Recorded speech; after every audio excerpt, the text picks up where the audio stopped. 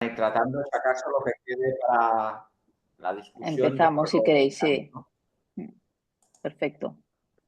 Bueno, buen día, Tutón. Buenos días a todos. Hoy una sesión más de la plataforma de formación y diagnóstico por imagen, como cada último jueves de mes. Bueno, hoy hemos hecho una pequeña modificación porque la semana que viene es el Congreso Europeo, pero tenemos la sesión de correlación radiopatológica que hacemos con nuestros compañeros de pediatría del hospital. Hoy tenemos a Paul Picard, que es R2 de radiología, y Ana Hernández, que es R3 de pediatría, que nos van a presentar una sesión sobre la trombosis de seno venoso en neonatos. Y luego para la discusión tenemos a Inés Solís, que es radióloga del Hospital Materno Infantil de Madrid, y a Dolors Casellas, que es neuropediatra del Hospital Doctor Josep Trueta, que harán sus aportaciones y añadirán lo que crean conveniente. Cuando queráis, chicos, podemos empezar. Compartimos la pantalla. ¿Se ve bien así? Sí, se ve estupendo. Perfecto. Muy bien. Gracias por tu presentación, Emi. Empezamos la sesión sobre trombosis de senos venosos cerebrales en el neonato a raíz de un caso que tuvimos en nuestro hospital muy reciente de este diciembre y enero de 2025. Será el índice que seguiremos durante la sesión y empezamos con el caso clínico. El caso empieza en la unidad de curas intensivas de neonatos cuando nos llaman de un hospital comarcal para derivarnos de un neonato con sospecha de convulsiones neonatales. Los antecedentes obstétricos son los siguientes. La gestación fue sin ninguna incidencia, era seguida y no había ninguna alteración, pero la ruptura de membranas es prolongada de hasta 41 horas y el parto, que es a las 38 más 4 semanas a término, es instrumentado con una ventosa y el apgar al nacer es 6, 9, 10, ya que en el primer minuto de vida el neonato tiene una frecuencia cardíaca de más de 100, pero no presenta esfuerzo respiratorio y está hipotónico. El neonato necesita reanimación neonatal durante 1 minuto con ventilación con presión positiva intermitente. Posteriormente recupera esfuerzo respiratorio, se recupera clínicamente y puede ingresar con su madre a la planta de maternidad. Aún así, les llama la atención que la succión es pobre. Y a las 31 horas de vida presenta hasta 3 episodios con una hipertonía generalizada con cianosis que se orientan de convulsiones neonatales y precisa hasta 2 dosis de fenobarbital. A su llegada el SEM realiza una ecografía transfontanelar que ya nos informan de una hemorragia intraventricular. A la llegada a nuestro centro también se coloca una monitorización de electroencefalograma que muestra crisis eléctricas, por lo que también precisa un bolus de levetiracetam y se mantiene el levetiracetam de tratamiento antiepiléptico. Y se realiza analítica sanguínea que también muestra elevación de parámetros de sufrimiento fetal. Y se repite también la ecografía que describe esta hemorragia intraventricular de grado 3 con una leve dilatación ya posthemorrágica. Y a los 4 días de vida del paciente, que sería el segundo día de ingreso, se realiza una resonancia magnética para estudiar mejor esta lesión y también, aparte de la hemorragia intraventricular, informa de una trombosis venosa de los senos transversos, sigmoide derecho y sagital superior, por lo que también se inicia tratamiento anticoagulante. Vale, entonces un poco las imágenes de tanto la ecotransfrontalera como de las resonancias del paciente, pues vamos a ver un poco las imágenes. Aquí tendríamos la proyección coronal de la ecotransfontanelar, donde se ve este sangrado intraventricular derecho de grado 3, que luego ya veremos la clasificación y más el manejo y todo más en detalle.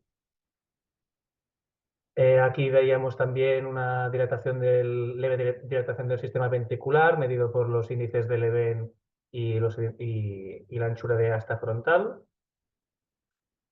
Aquí en en cortes más parasagitales se veía este contenido hiperecogénico de predominio en el ventrículo lateral derecho en relación con la hemorragia intraventricular que estábamos comentando.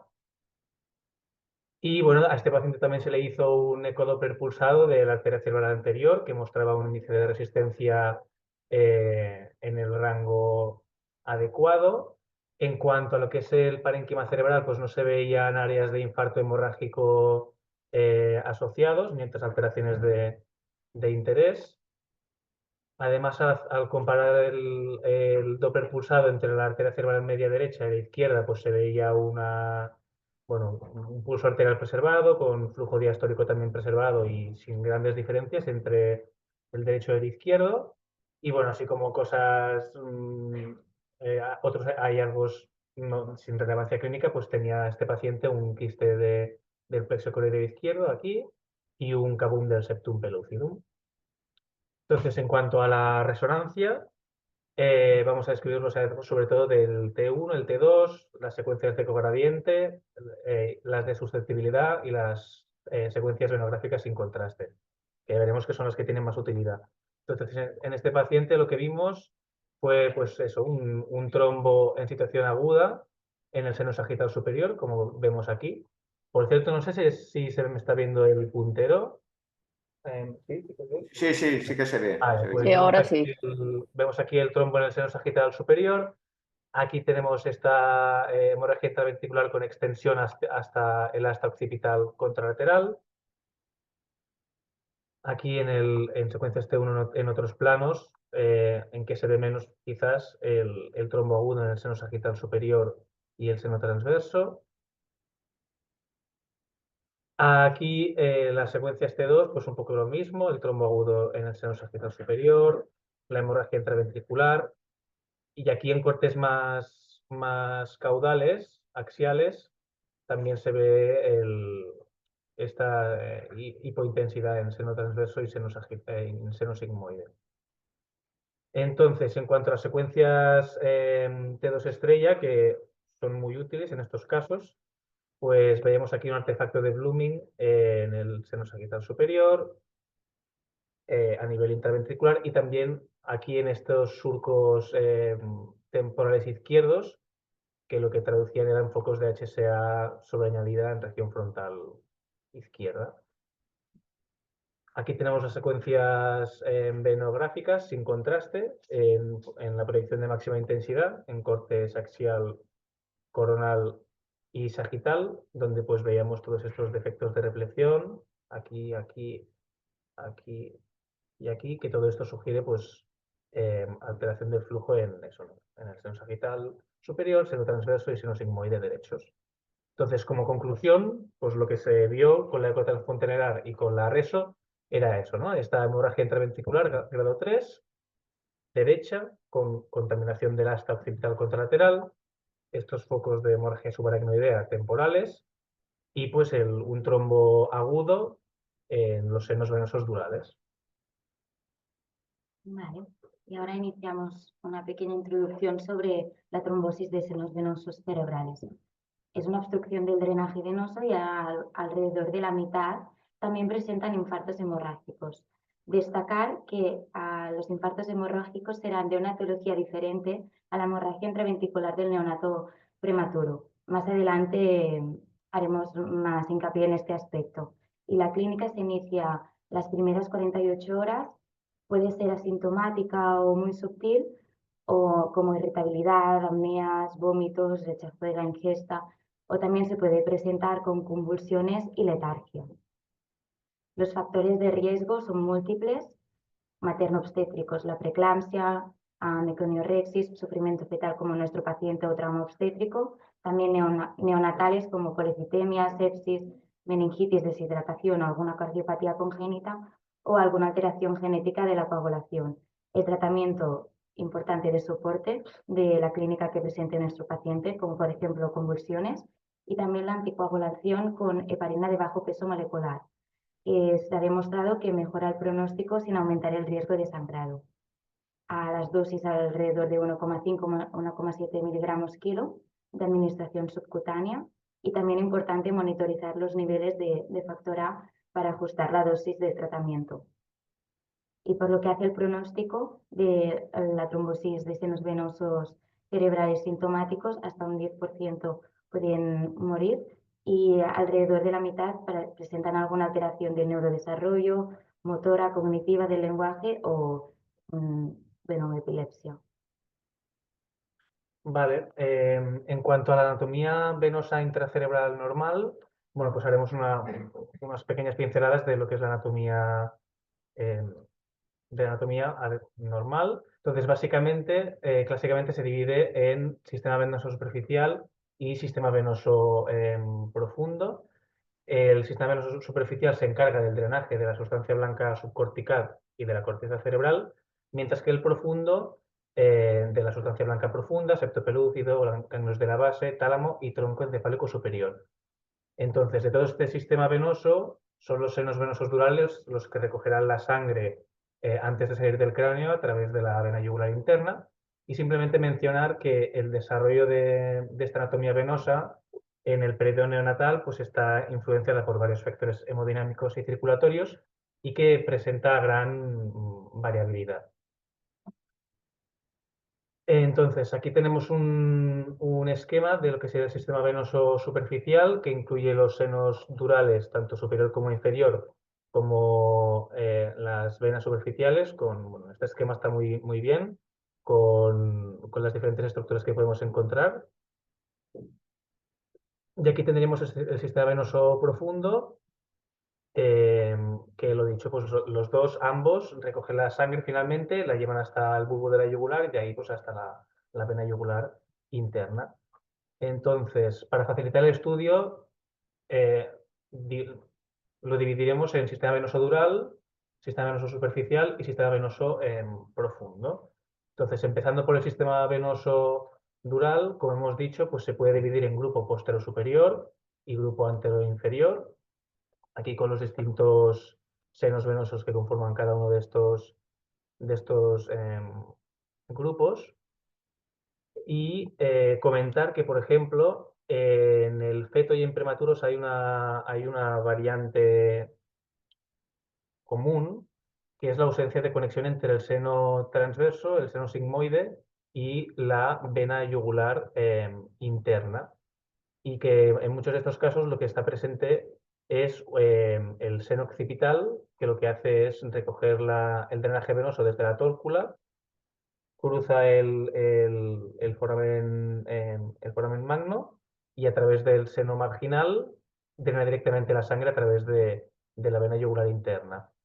Entonces este, por ejemplo, es un T1 postcontraste en proyección de máxima intensidad, donde vemos, bueno, de un paciente, de un neonato, donde vemos esta estrechez de la unión del seno sigmoide con la vena yugular interna y el gran desarrollo del seno occipital y marginal, que como hemos dicho, pues es más, bueno, está presente en el feto. En cuanto al sistema venoso superficial, destacar que este tiene un drenaje centrífugo, es decir, desde dentro hacia fuera del parénquima cerebral, o sea, siguiendo esta dirección hacia afuera. Y aquí pues tienen relevancia estructuras como las venas intracorticales, las subcorticales, que llevarán la sangre hasta las venas piales, de aquí hasta las venas cerebrales corticales y finalmente a los senos venosos durales y de ahí fuera del cráneo, como hemos dicho. Entonces, en este trayecto es de especial relevancia este punto de aquí, el paso de las venas cerebrales corticales a los senos venosos durales, porque aquí es donde se encuentran las conocidas como venas puente o bridging veins, que son esas estructuras venosas que se encuentran en el espacio subdural, sería esta imagen de aquí en el diagrama, y que básicamente, bueno, es el paso previo antes del drenaje hasta el sistema venoso dural. Es una estructura que de por sí pues no serán visibles, ya que el espacio subdural pues solo lo vemos cuando está patológicamente engrosado. Dentro del sistema venoso superficial, saber que las venas piales también pueden confluir entre ellas, dando lugar a estructuras venosas de mayor calibre, como son la vena cerebral superficial media, que sería esta de aquí, que drena hasta el seno cavernoso, la vena retrogular, que discurre por el surco central hasta drenar al seno sagital superior, y luego tendremos la vena de la B, que va por la región temporal izquierda, superficial, hasta drenar al seno transverso.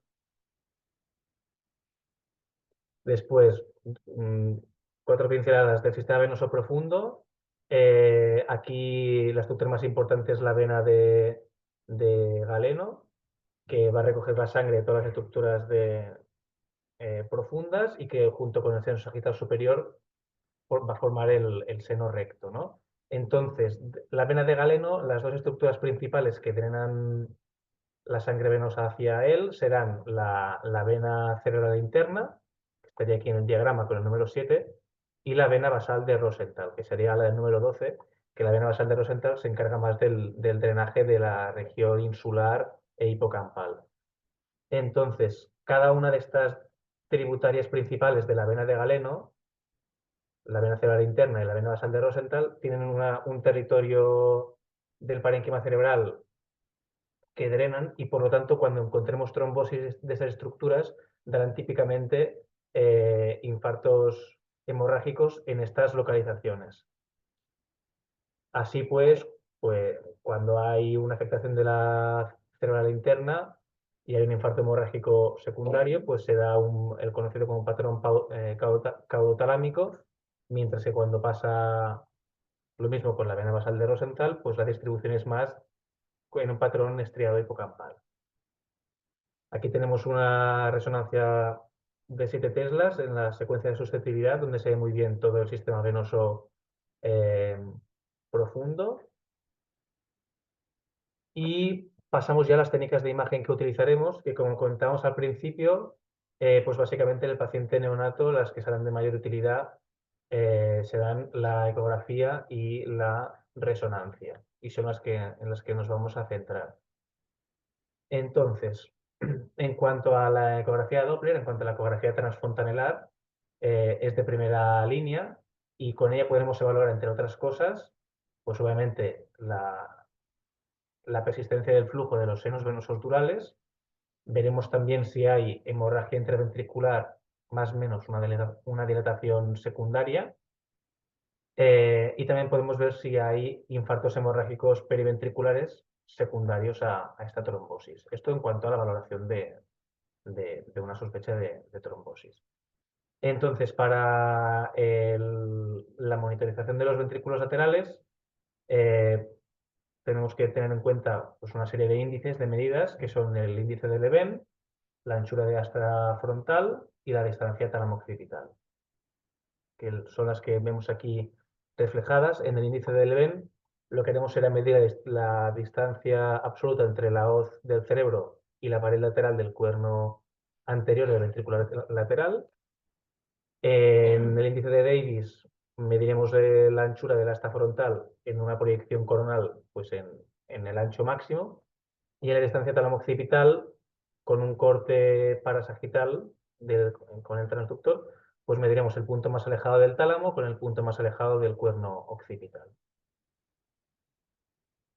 Vale, entonces, en cuanto a la resonancia, esta será la modalidad de elección y la que nos permite, bueno, es el gol estándar en la trombosis de senos venosos. Entonces, las secuencias que vemos, bueno, que está recomendado emplear, ¿no? Pues son secuencias basadas en el T1, el T2, T2 FLAIR, los mapas de difusión, secuencias venográficas no contrastadas, como el TOF o el Phase Contrast, secuencias de gradiente, como el T2 estrella y la susceptibilidad, y luego el 3 de T1 post-contraste. De todas estas, las que nos dan más información son estas 3 últimas. Entonces, claro, sí que es verdad que en pacientes neonatos, donde se prioriza a veces no utilizar donde se prioriza no utilizar contraste, pues serán más en especial aún más importantes estas 2 últimas, ¿no? O sea, bueno, la penúltima y la antepenúltima, ¿no? Las secuencias venográficas no contrastadas y el T2 estrella o la susceptibilidad. Entonces, en cuanto a los hallazgos típicos, pues hay varios hallazgos, ¿no? Por ejemplo, en el caso de las secuencias de gradiente tenemos un artefacto de Blooming. En las secuencias venográficas no contrastadas, en el caso de la trombosis, veremos una obstrucción al flujo venoso. Pero yo lo que quería remarcar aquí, con esta tabla de aquí, es la importancia de conocer el cambio de señal, de intensidad de señal que tienen los trombos según su temporalidad, ya que eso nos va a... ya que en función del tiempo que haya pasado, pues lo veremos de una manera u otra y esto puede llevar a confusión y puede ser a veces muy difícil de interpretar. Entonces, en el caso de nuestro paciente, claro, la trombosis se diagnosticó a los 2-3 días de vida. Entonces estamos en el contexto de una trombosis de senos venosos aguda y por tanto en ella pues el trombo se debería ver con una, bueno, en isointenso en T1 e hipointenso en T2, ¿no? Que es un poco lo que, bueno, pues lo que se correspondía, lo que se corresponde con la realidad, ¿no? Aquí vemos la secuencia T1 en corte axial con este contenido isointenso y aquí en el corte T2 pues más hipo.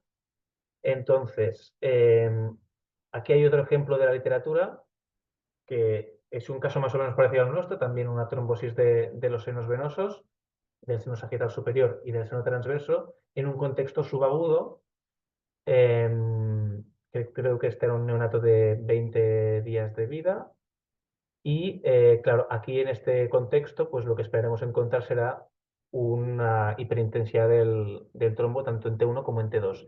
Este, de hecho, es el contexto más frecuente que nos encontramos, ya que, como decía al principio, por logísticas del hospital, por la clínica del paciente, que suele ser más insidiosa y tal, al final siempre la resonancia se suele hacer en esta ventana temporal. Y es por eso que la mayoría de veces el contexto que nos encontraremos será este, ¿no? Una trombosis subaguda que tendrá características hiperintensas tanto en T1 como en T2.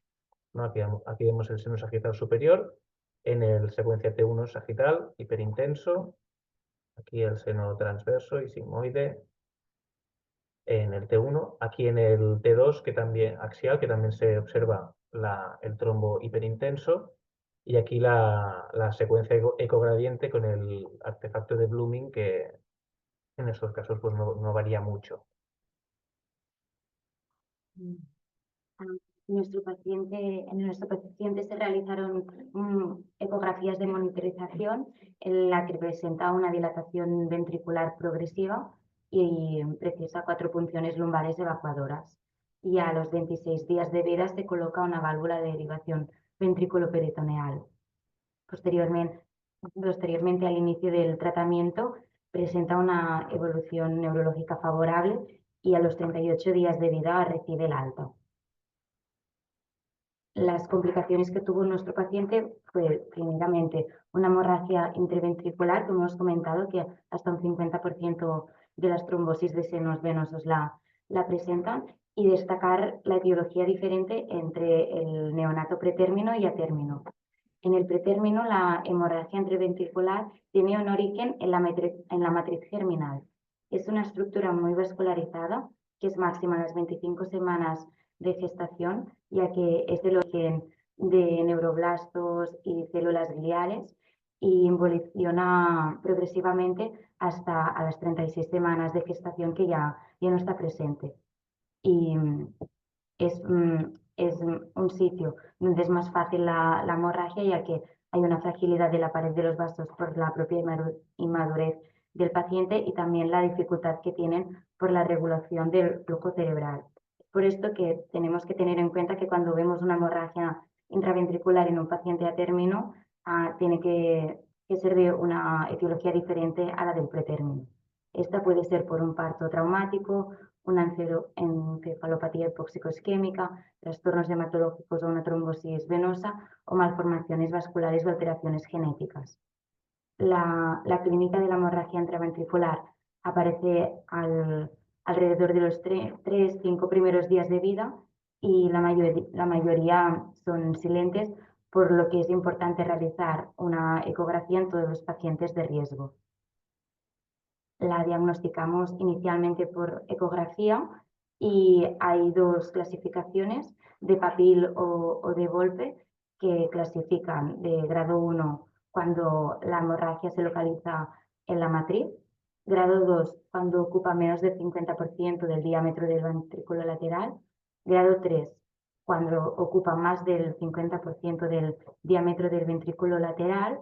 Y en la de perfil la clasifican como grado 4 o en la de Wolpe grado 3 con afectación intraparenquimatosa con infarto isquémico hemorrágico, que este es producido por la obstrucción del drenaje venoso por la propia hemorragia intraventricular. Y según la localización y la extensión de esta lesión, puede presentar parálisis cerebral con hemiparesia espástica o también asociarse a déficit intelectual. La complicación de una hemorragia intraventricular puede ser la dilatación ventricular, que se produce por el desequilibrio entre la producción, circulación y reabsorción del líquido cefalorraquídeo, que ocurre alrededor de los 7-14 días post-hemorragia.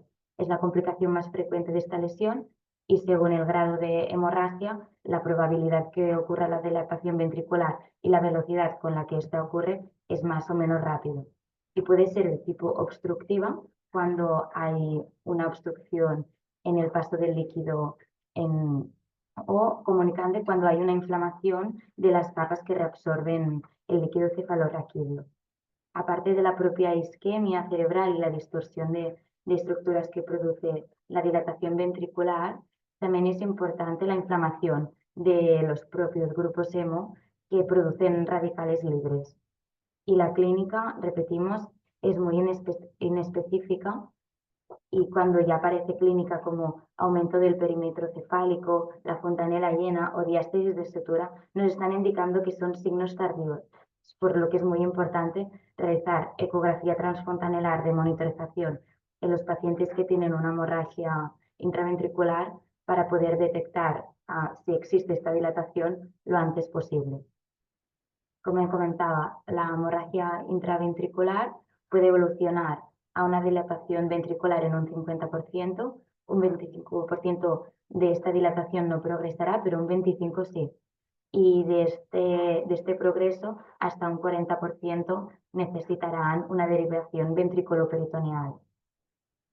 El tratamiento al objetivo es la derivación del líquido cefalorraquídeo y se recomienda el inicio temprano de este tratamiento según las medidas ecográficas, ya que la mayoría de los pacientes se alteran antes de presentar clínica.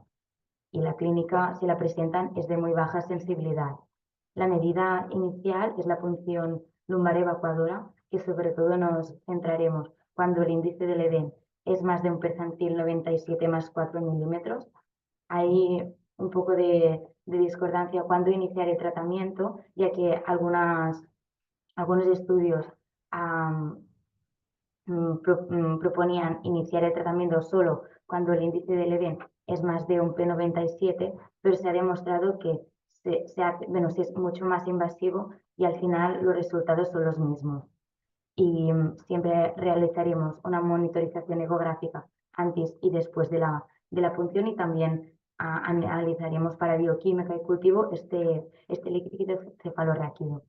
En el caso de los prematuros, por pesar menos de 2 kilos, normalmente no se puede realizar una derivación ventriculoperitoneal cuando esta dilatación ventricular es persistente y se coloca un reservorio ventricular para realizar punciones lumbares evacuadoras cuando ya se necesitan más de 3 o 5 punciones lumbares. Y en el caso de los neonatos a término, si las punciones lumbares requieren más de 4 semanas o esta dilatación ventricular es persistente, se coloca una derivación ventriculoperitoneal, que es la medida terapéutica un gol estándar. No se recomienda derivación ventricular externa por el riesgo de hiperdrenaje e infección y tampoco derivación subgaleal ni ventriculostomía por el riesgo de fracaso.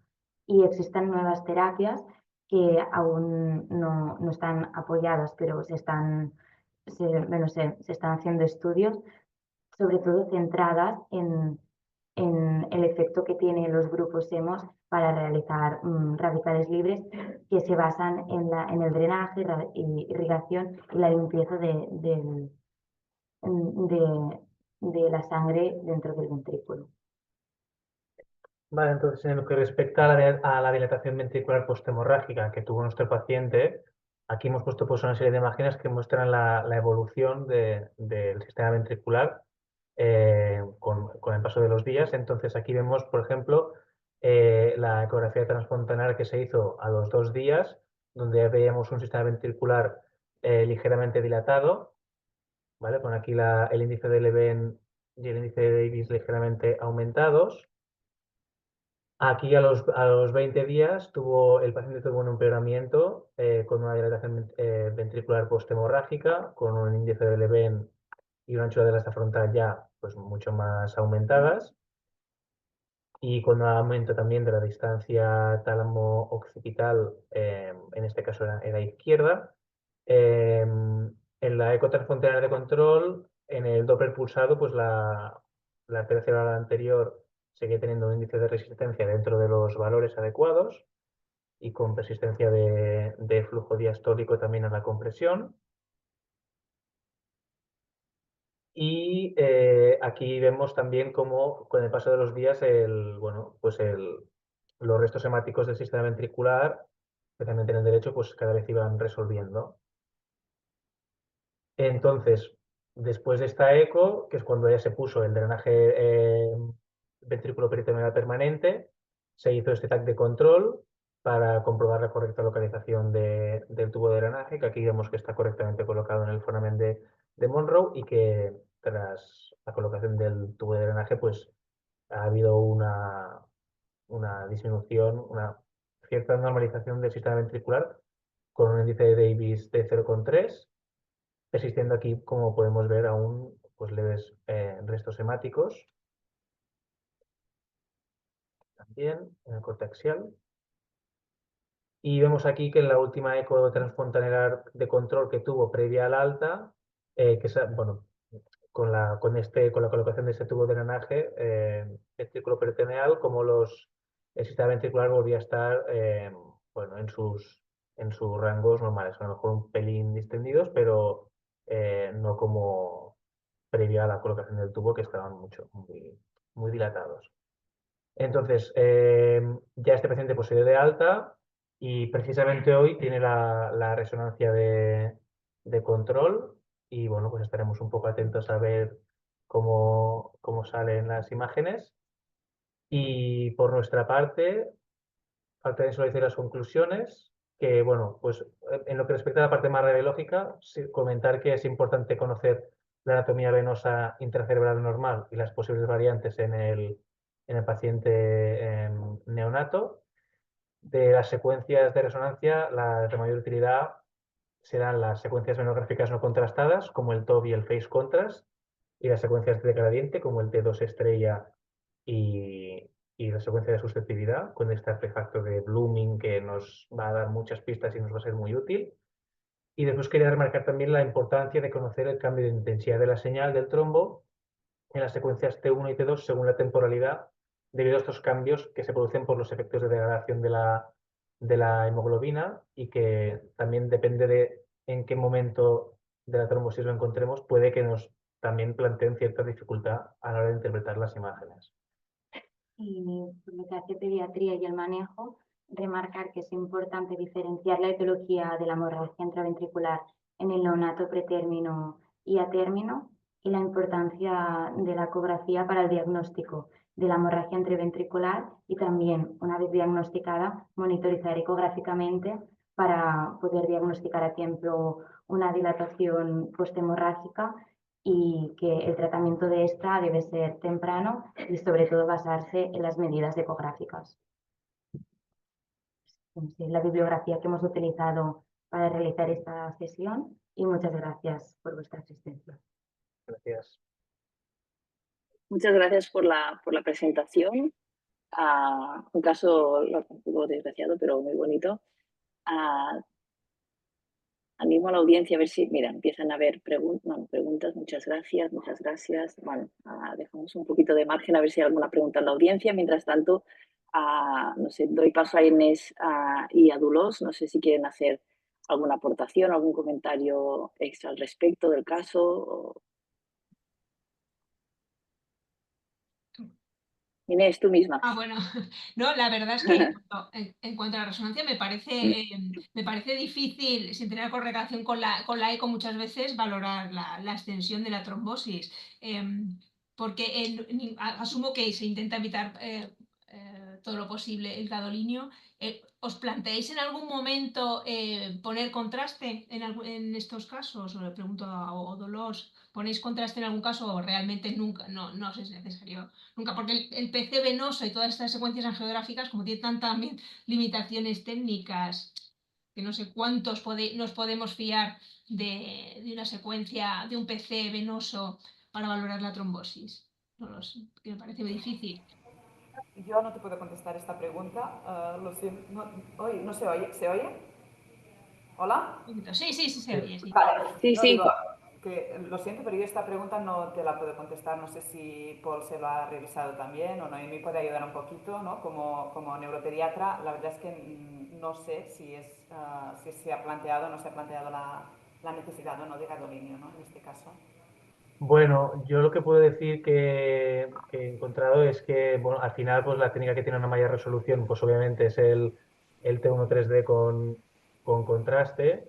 Lo que sí que es verdad que eso en el neonato siempre se intenta, pues, limitar su uso y en este sentido, pues las secuencias sonográficas son de mucha utilidad. Ya te digo, las imágenes del phase contrast, realmente en nuestro caso con el T2 estrella, las secuencias de susceptibilidad, el T1 y el T2, por ejemplo, la trombosis del seno sigmoide era muy difícil de ver porque también en el contexto este agudo y es sobre todo en la secuencia del phase contrast donde se ve claramente la trombosis en esta localización. Entonces, al menos en este caso, fue muy útil.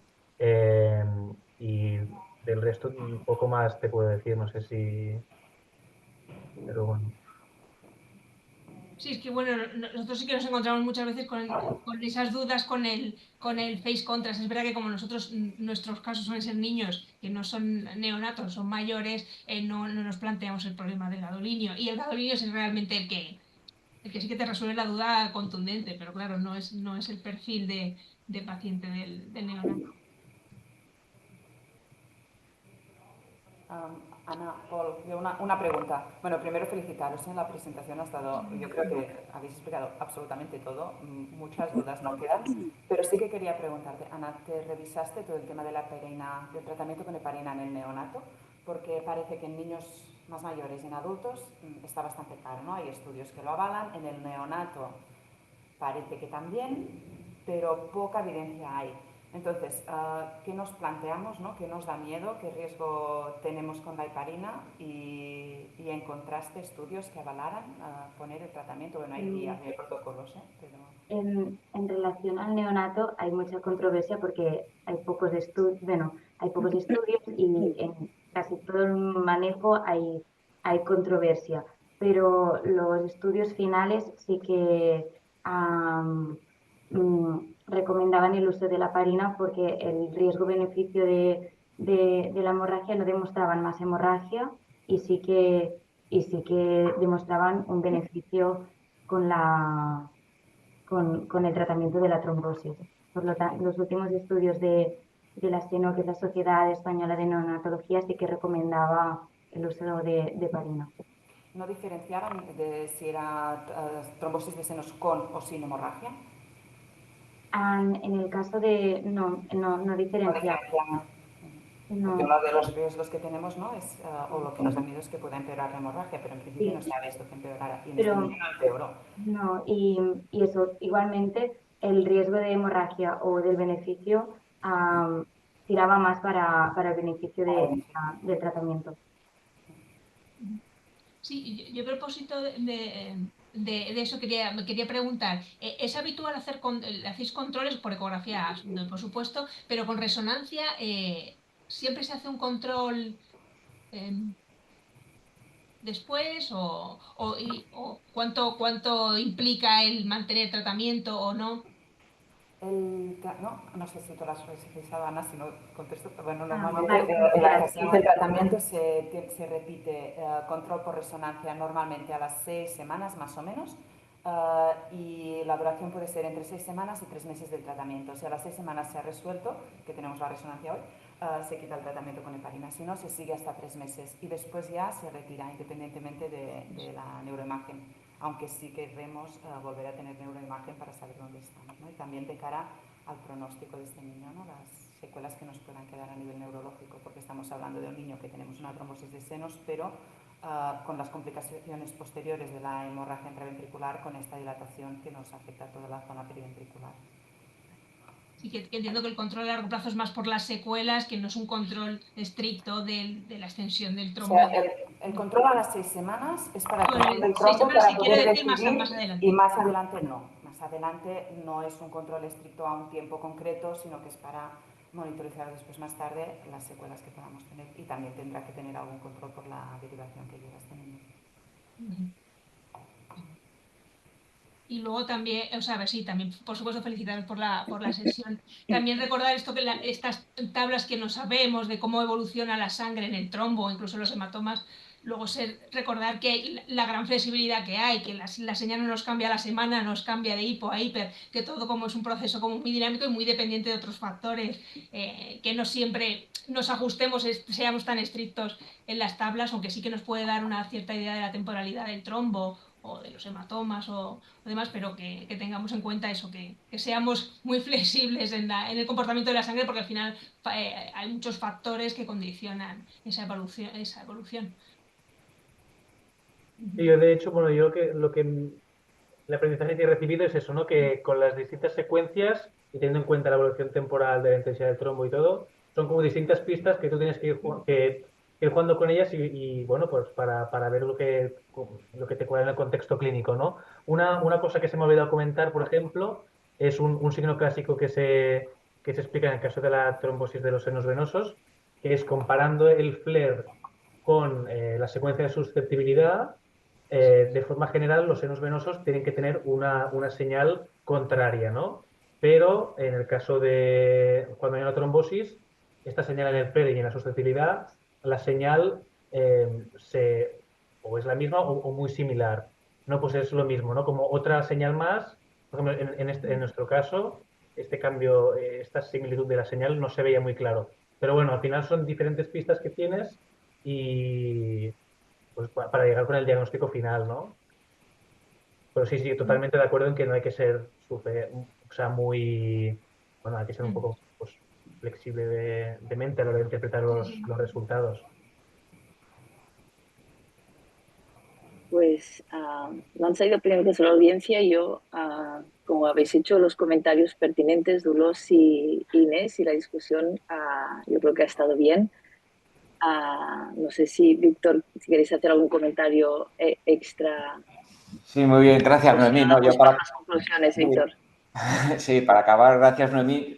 Quería agradecer la participación a Dulos y a Inés, que ha sido muy interesante sus aportaciones como expertas, y también, sobre todo, darle la enhorabuena, felicitar a Anna y Paul porque han hecho una revisión exhaustiva, perfecta, con los puntos más importantes, dando relevancia a la importancia de conocer bien la anatomía, el diagnóstico etiológico con los aspectos básicos, sobre todo si el neonato es pretérmino a término, y sobre todo, bueno, la importancia que tiene en el manejo esto de anticiparse a la clínica mediante la evolución por eco transfrontanelar de los diámetros de los ventrículos para anticiparse, ¿no? Porque esto tiene un factor pronóstico importante en la evolución. Ha sido muy interesante la discusión, todo lo que habéis comentado, las dificultades que hay en el neonato por el hecho de intentar evitar la administración de gadolinio desde el punto de vista de la imagen, y esta flexibilidad que tenemos que tener, que aunque hay unas tablas que nos dicen la variación temporal de la señal de intensidad del trombo y del hematoma, pues a veces no son tan estrictas, ¿no? Yo creo que ha sido muy interesante, habéis tocado todos los temas. Por mi parte, nada más que añadir, solo este breve resumen final. No sé si queréis añadir algo más, Dulos, Inés, Paul, Ana, ¿no? Si no... Extenderme en las calificaciones, pero creo que lo han explicado todo muy ampliamente y muy bien. Muy bien, pues sin más, Ana, Inés, perdona. Sí, no, nada, dar la enhorabuena a Paul y a Ana y dar las gracias por invitarme a participar.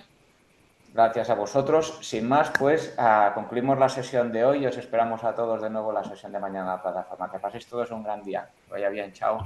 Adiós.